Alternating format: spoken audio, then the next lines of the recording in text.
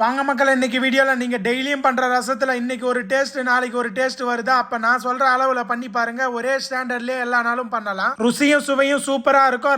ரசம் மாதிரி இருக்கும். இது 3ல இருந்து 4 பேர் வரைக்கும் தாராளமா சாப்பிடலாம். அதுக்கு 1 டீஸ்பூன் மிளகு, 1.5 டீஸ்பூன் ஜீரகம், 20 வெந்தயம், 2 வரமிளகா போட்டு நல்லா கொரகொரப்பா அரைச்சதுக்கு அப்புறமா 4 பல்லு பூண்டை போட்டு அரைச்சுக்கோங்க. நெல்லிக்காய் சைஸ் புளி தண்ணியில ஒரு பெரிய தக்காளியை கண்ணு எடுத்துட்டு நல்லா அதை கை போட்டு பிசைஞ்சு விட்டுருங்க. இப்ப ரசத்தை தாளிச்செல்லாம் 2 டேபிள் ஸ்பூன் எண்ணெய் ஊத்தி 1/2 டீஸ்பூன் அளவுக்கு கடுகு, 5-6 வரமிளகா, 2 கொத்து கருவேப்பிலை, ஒரு கீர்ன பச்சை மிளகா போட்டு நல்லா அடுப்ப சிம்ல வச்சு இதை நல்லா வதக்கி விட்டுட்டு அரைச்சி வச்சிருக்க ரச கலவை இதுல போட்டு நல்லா பரட்டி விட்டுடலாம். மிளகு ஜீரகம் பூண்டோட பச்சை வாசனை போனதுக்கு அப்புறமா 1/4 டீஸ்பூன் மஞ்சத்தூள், 1/4 டீஸ்பூன் பெருங்காயத்தூளை போட்டு நல்லா மிக்ஸ் பண்ணிடலாம். இந்த ஸ்டேஜ்ல புளி தண்ணியில கரைச்சி வச்சிருக்க அந்த தக்காளி இதுல ஊத்திடலாம். அடுப்பு கண்டிப்பா சிம்ல தான் இருக்கணும். மிக்ஸி ஜார் கழுவுன தண்ணியை கொஞ்சமா ஊத்திட்டு இது கூடவே 1/2 டேபிள் ஸ்பூன் அளவுக்கு உப்பு போட்டு நல்லா மிக்ஸ் பண்ணிடலாம். ஆரம்பத்துல இருந்து கடைசி வரைக்கும் அடுப்ப சிம்ல வச்சிருங்க. இப்ப நுர கட்டி வரட்டும் ரசம். அந்த ஸ்டேஜ்ல அடுப்பு ஆஃப் பண்ணி இறக்கிடுவோம். அவ்வளவுதான். இந்த ஸ்டேஜ்ல பாருங்க நல்லா நுர கட்டி வருது. அடுப்பை ஆஃப் பண்ணிட்டு பொடியான இருக்கிற கொத்தமல்லியை தூவி போட்டு இறக்குனீங்க அப்படின்னா கம கமன்னு ரசம் ரெடி ஆயிடும். தேவைப்பட்டா 1 டீஸ்பூன் அளவுக்கு முழு மல்லி வச்சு கூட அரைச்சிக்கலாம். ஆனா இதுவே டேஸ்ட் சூப்பரா தான் இருந்துச்சு. இப்ப சூடான சாதத்துல போட்டு பெஞ்சு சாப்பிட்டுருவோம். இந்த மழை நேரத்துல எல்லாருக்கும் சளி பிடிச்சிருக்கும். அதனால இது போல ரசம் வச்சு வீட்டுல சாப்பிட்டு பாருங்க. இந்த வீடியோ பிடிச்சா ஒரு லைக்கை போட்டுட்டு நம்ம சேனலை மறக்காம சப்ஸ்கிரைப் பண்ணிடுங்க மக்களே.